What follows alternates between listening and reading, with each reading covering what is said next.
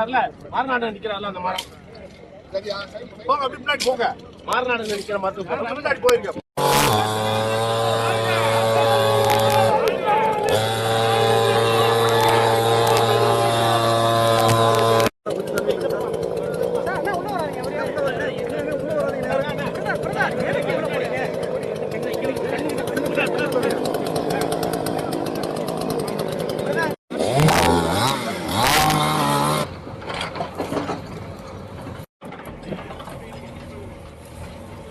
Photo பண்ண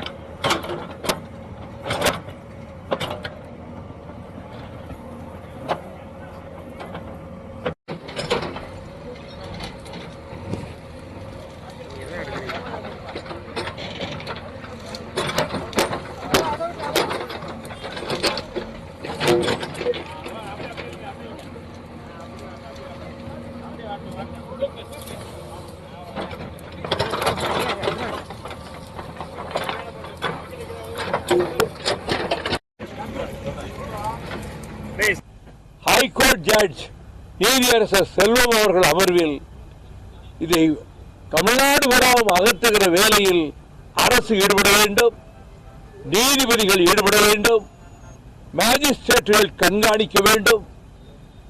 எல்லா விவசாயிகள் மட்டுமின்றி எல்லா தரப்பினரும் முழுமூச்சாக இதை அகற்ற முயன்றாலுடைய இது சாத்தியமாகாது.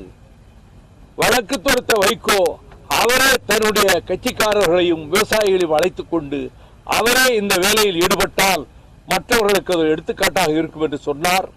நான் 12 மாவட்டங்களுக்கு சென்று காலை முதல் இரவு வரை இந்த வேலிக்கருவாரை அகற்றுகிற வேலையில் ஈடுபட்டேன். மத்திய சர்க்கார் அலுவலகங்களை ஸ்தம்பிக்க செய்ய வேண்டும். அப்படி என்றைக்கு ஜனங்கள் 65 மாதிரி கொந்தளித்து எழுகிறார்களோ, மொத்த தமிழகத்திலே கட்சி ஜாதி மதம் பார்க்காமல் வாலிபர்களையும் மாணவர்களையும் திரட்டிக் கொண்டு கொந்தளித்து எழுகிறார்களோ, அப்பொழுதுதான் மேகதாட்டு அணையை கட்டுவதை தடுப்பதற்கான எண்ணத்துக்கு வருவான். இல்லைன்னா அணையை கட்ட ஆரம்பிங்கன்னு 900 கோடி ஒதுக்கிறது மட்டும் இல்ல, அணை கட்டக்கூடிய பொருள்கள் எல்லாம் இந்த 4 வருஷத்தை கொண்டாந்து சேமிச்சு வச்சுட்டாங்க.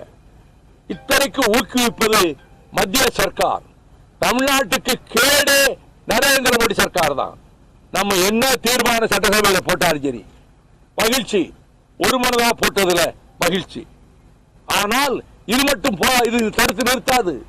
மத்திய சர்க்காரை எதிர்த்து அண்ணா எப்படி எழுச்சி நாள் கொண்டாடினாரோ அதுபோல மொத்த தமிழகமும் மத்திய சர்க்காரை எதிர்த்து ஒரு பந்தோ ஒரு போராட்டமோ அறிவிச்சு மத்திய சர்க்காரை தமிழகம் கோபத்தோடு எதிர்க்கிறது என்ற நிலையை ஏற்படுத்தினால்தான் அதை ஓரளவு தடுத்து நிறுத்த முடியும். அதே நேரத்தில் காவிரி மேலாண்மை வாரியமும் உச்சநீதிமன்றமும் லோயர் ரைபேரியன் ஸ்டேட் கீழ்படிவத்தில் இருக்கக்கூடிய தமிழ்நாட்டின் அனுமதி இல்லாமல் அவன் புதிய அணை கட்டக்கூடாதுன்னு ஏற்கனவே தீர்ப்பு இருக்கு. அந்த தீர்ப்பின் அடிப்படையில் தான் அவன் நடக்கணும். ஆனால் அவங்க நடக்க மாட்டாங்க.